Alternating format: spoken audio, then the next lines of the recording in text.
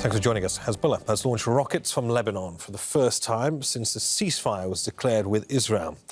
The armed group is accusing Israel of flagrant violations. Israel's defence minister has promised a harsh response. Let's go live to Beirut now and speak to Ali Hashem. So, Ali, what more, firstly, do we know about this rocket attack by Hezbollah? Well, there's a statement, and Hezbollah claimed responsibility for an attack, what it called a initial defensive attack in retaliation to Israeli violation of the ceasefire. And Hezbollah warning that it tried to convey its reservations and complaints to the mediators, but there was no response, and that's why it went towards retaliating initially in a defensive way.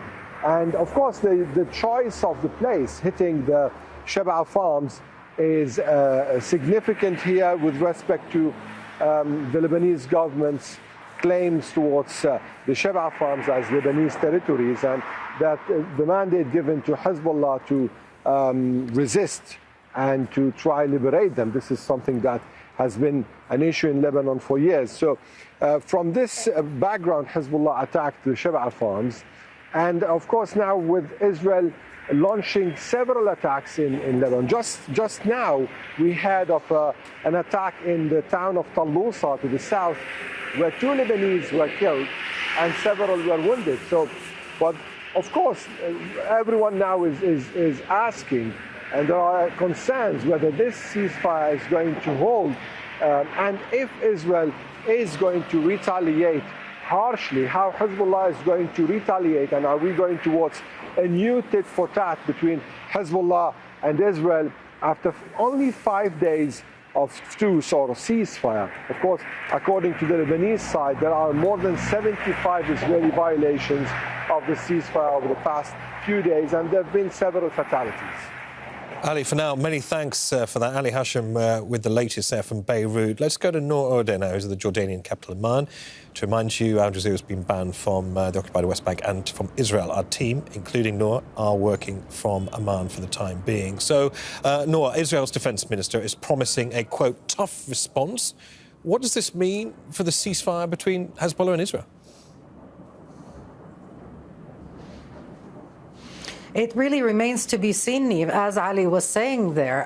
How far are the parties going to take this? The Israeli Prime Minister also in the past few minutes has come out and said that this is a grave violation and that Israel would act forcefully in response. Of course, from the Israeli perspective, any movement of Hezbollah, whether it is by firing rockets or just by moving its members and its equipment, is considered a violation. And Israel has given itself the right to strike at Hezbollah in Lebanon and beyond Lebanon in order to impose the ceasefire with fire, as some of its officials have said. Lebanon naturally doesn't see it the same way, and neither do the mediators, for that matter, who've also voiced concern in the past few days about this very fragile ceasefire holding.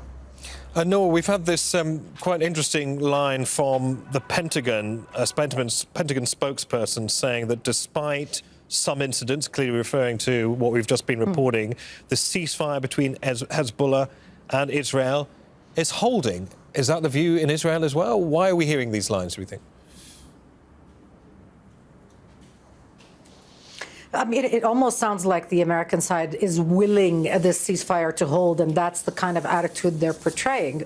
In Israel, they don't consider that the ceasefire has broken down, but they do consider this Hezbollah rocket incident as a grave violation. So the questions that are now being asked, especially by the detractors of Netanyahu, those in the opposition, those in the right wing who didn't want a ceasefire with Hezbollah, they're saying, how big is this response going to be? Some ministers even inciting a strike on Dahiya, on the southern district of Beirut. Of course, if things go in that direction, there is really no telling what kind of reaction Hezbollah would have. But for now, I think the mediators think it's manageable, although very, very tenuous. All right, so just to be clear, a grave violation in Israel's view, but it does not mean the collapse of the ceasefire, although a lot of questions in the air right now, Nour. Many thanks. Nour Odeh there in Amman. Make sure to subscribe to our channel to get the latest news from Al Jazeera.